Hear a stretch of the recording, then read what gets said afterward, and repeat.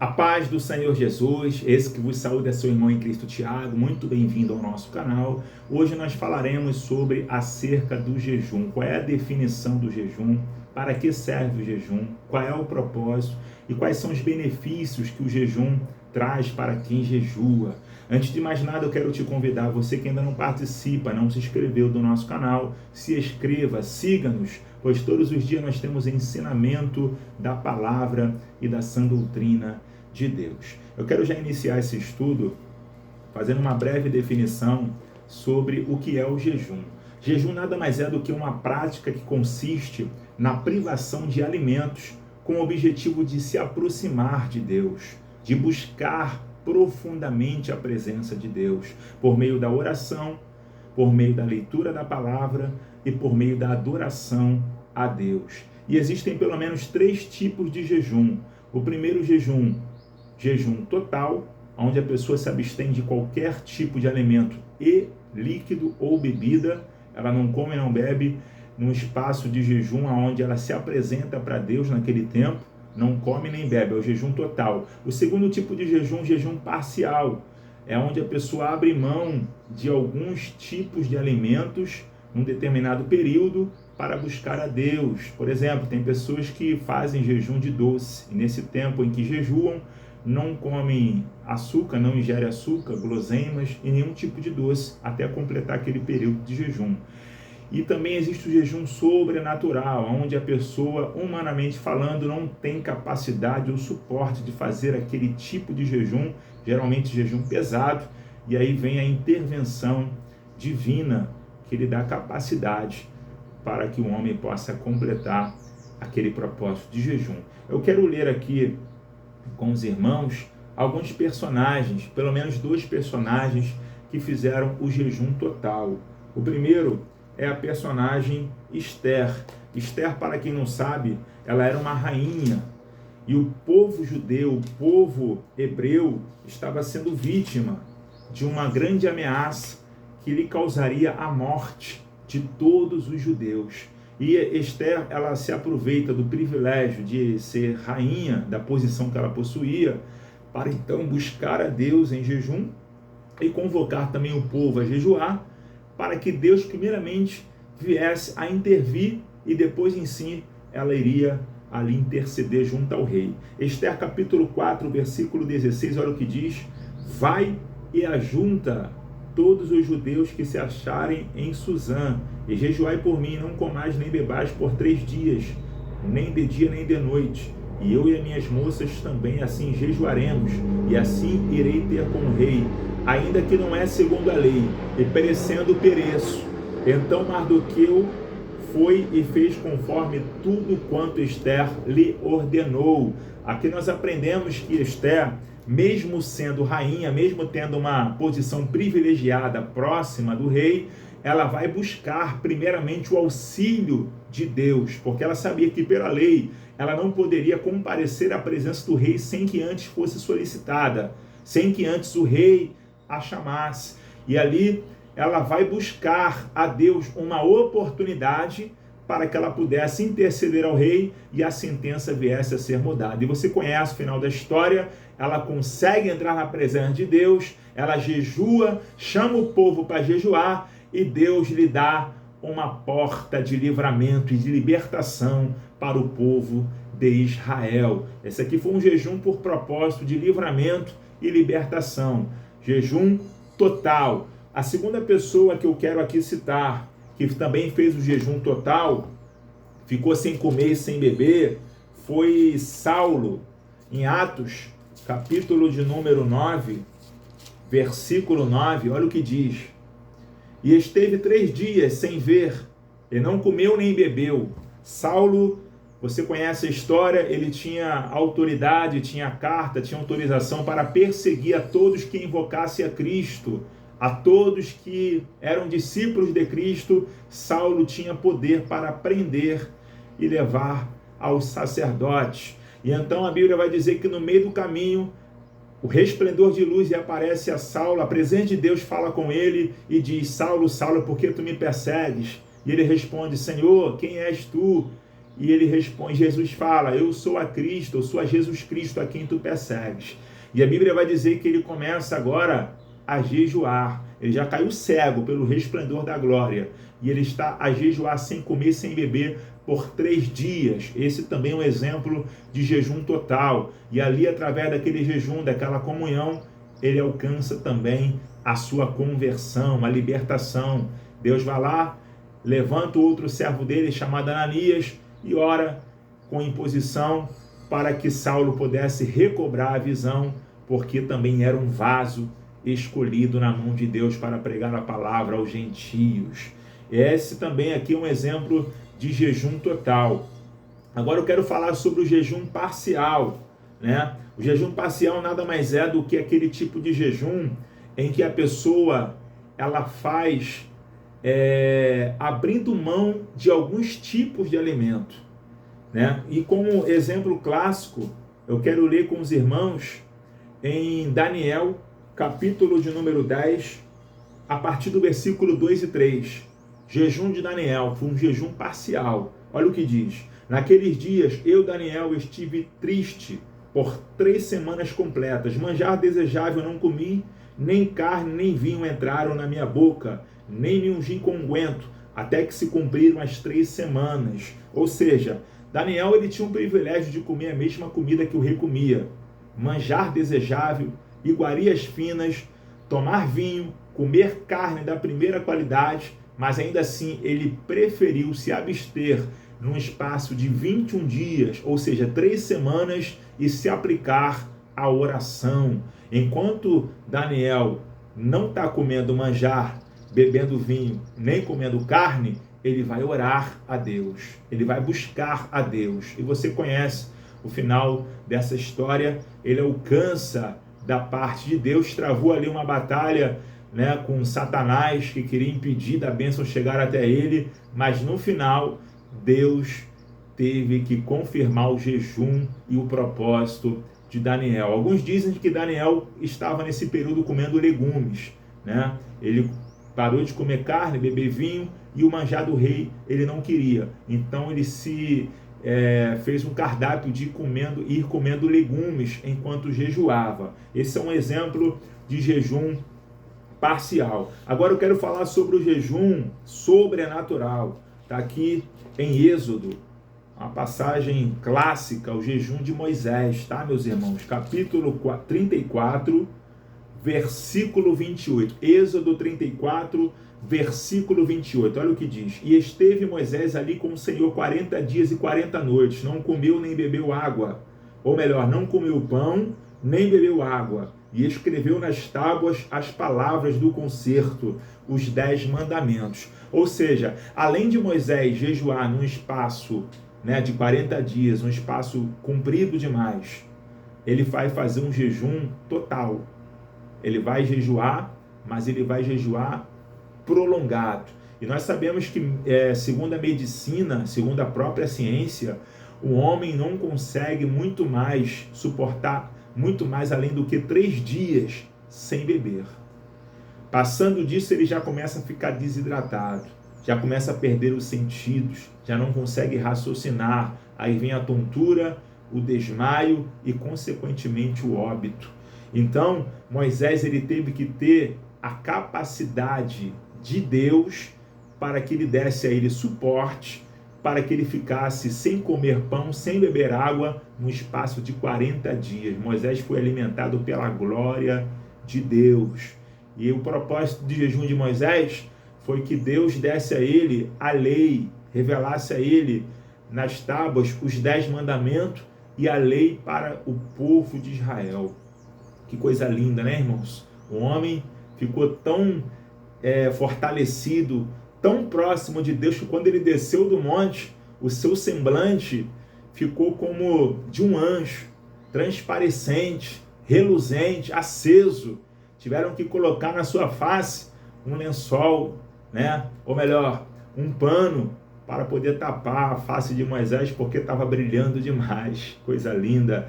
E aqui eu quero também falar por quais motivos nós jejuamos. Nós temos que ter em mente que o propósito principal do jejum é buscar a Deus, é o fortalecimento espiritual, é a renovação a Deus, é se aproximar de Deus, é ter uma comunhão profunda através da oração, como eu disse, da leitura da palavra, porque Deus ele fala na palavra, e também da adoração a Deus. Vale lembrar que a adoração, irmãos, nós temos que fazer uma separação entre música evangélica e cânticos espirituais de adoração a Deus, tá? Porque nem todas as músicas que se dizem ser evangélicas, de fato, colocam Deus como centro daquela adoração, tá? Então nós temos que adorar a Deus com cânticos espirituais, temos que analisar a letra e apresentar a Deus um jejum santo, tá? E quais são os benefícios do jejum?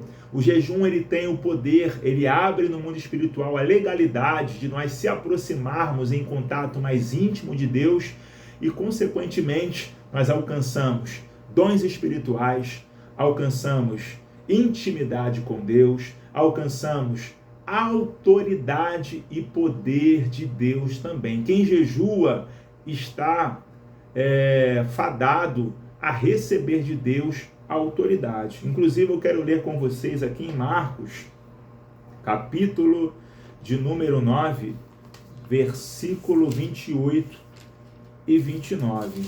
Vejamos o que Jesus falou aqui acerca do jejum para os discípulos, numa situação um tanto interessante. Olha aqui que está escrito aqui, Marcos 9, 28 e 29. Olha aqui, ó. E quando entrou em casa, os seus discípulos lhe perguntaram à parte: por que não podemos nós expulsar? E disse-lhes: esta casta não sai com coisa alguma, a não ser com oração e jejum. Então, irmão, nós entendemos que quem jejua, ele está mais suscetível a receber a autoridade do Espírito Santo para vencer o mal. Porque nós sabemos também que assim como Deus é Espírito, Satanás também é Espírito. Só que é um espírito maligno, diferente do Espírito de Deus. E não se expulsa um espírito maligno na carne. Não se expulsa um espírito maligno na qualidade aqui que nós lemos, né, de uma legião, de uma casta, através de palavras mágicas. Sai! Não, irmãos. Existe uma preparação, uma devoção, existe uma santificação primeiro, para que nós possamos receber a legalidade e o poder que vem do alto para a nossa vida, e aí então estaremos munidos, revestidos e capacitados por Deus para expulsar os demônios, por meio da oração, do jejum e principalmente através do nome de Jesus. Porque sem o nome de Jesus não acontece nenhum tipo de sinal. Vale lembrar que a sua oração deve ser feita em nome de Jesus. Assim também como o seu jejum deve ser feito e apresentado em nome de Jesus, tá? E outra coisa muito importante que nós devemos falar sobre o jejum: enquanto jejuamos, como deve ser o nosso comportamento? Como nós devemos se portar no período de jejum? Vale lembrar e ressaltar, Mateus capítulo 6, vamos ver aqui o que Jesus nos ensinou acerca do jejum. Mateus capítulo 6, versículo 16. Olha o que está escrito: e quando jejuardes, não vos mostreis contristados como os hipócritas, porque desfiguram o rosto para que aos homens pareça que jejuam. Em verdade vos digo que já receberam o seu galardão. Porém tu, quando jejuares, unge a cabeça e lava o rosto, para não pareceres aos homens que jejuas, mas sim a teu Pai que está oculto, e o teu Pai que te vê em oculto te recompensará. Então nós aprendemos que enquanto jejuamos, nós devemos jejuar em oculto, ou seja, em secreto. Devemos jejuar para Deus e não para os homens. Jesus condenou com veemência e autoridade o comportamento dos fariseus enquanto eles jejuavam. Eles estavam jejuando para se mostrar mais espirituais para o povo, para se mostrar mais íntimos para aqueles que estavam ali observando. Deus não recebe esse tipo de jejum, irmãos, O jejum para Deus deve ser santo, deve ser em secreto. Vale lembrar também, muita gente não gosta de ouvir esta verdade, mas é necessário falar. Enquanto estivermos em jejum, nós temos que estar separados para Deus, através da oração, da leitura da palavra e também da adoração. Ou seja, enquanto você jejua, você não pode estar conectado com as coisas desse mundo. Você não pode ficar assistindo meme, assistindo vídeo, filme, assistindo televisão, novela. Deus não recebe esse tipo de jejum fajuto, carnal, mundano e secular. O jejum não pode, ou seja, você tendo relacionamento com Deus e ao mesmo tempo você tendo relacionamento com homens carnais, fazendo fofoca, jogando conversa fora, batendo papo com coisas que não edificam e não traz a edificação e a promoção da glória de Deus. E outro detalhe importante, você que é muito assim, digamos, temperamental, o jejum, ele tem que te dar poder também para você ter domínio próprio. Enquanto você jejua, você não pode se estressar, você não pode falar palavras torpes, você não pode ser provocado e responder à provocação. Você tem que se controlar, tem que controlar o seu eu. Tem muitas pessoas que me perguntam, eu posso jejuar enquanto trabalha? Pode, afinal Daniel jejuou enquanto estava ali servindo ao rei, né? Foi um espaço de 21 dias jejuando, mas mesmo assim ele se aplicou à oração. É claro que a vigilância deve ser dobrada. Ambiente de trabalho é ambiente onde está mais propício a você quebrar o seu propósito com Deus, né? E hoje nós temos que jejuar. Aonde está escrito que a igreja atual e contemporânea deve jejuar? Mateus capítulo 4, e eu encerro, versículo 1, com apenas 2 versículos. Mateus 4, depois nós vamos ler em Lucas capítulo 5. Então, Mateus 4, versículo 1. Então foi conduzido Jesus pelo Espírito ao deserto para ser tentado pelo diabo, e tendo jejuado 40 dias e 40 noites, teve fome. Olha aí Jesus nos deixando o exemplo do jejum. Se Jesus, que era filho de Deus, a segunda pessoa da Trindade, na verdade é filho de Deus, a segunda pessoa da Trindade, santo, incorruptível, não tinha pecado, deixou para nós o exemplo do jejum, que dirá nós que somos meros mortais pecadores e que estamos, necessitados muito mais ainda de jejuar. E eu quero terminar aqui agora lendo em Lucas, capítulo de número 5, versículo de número 33.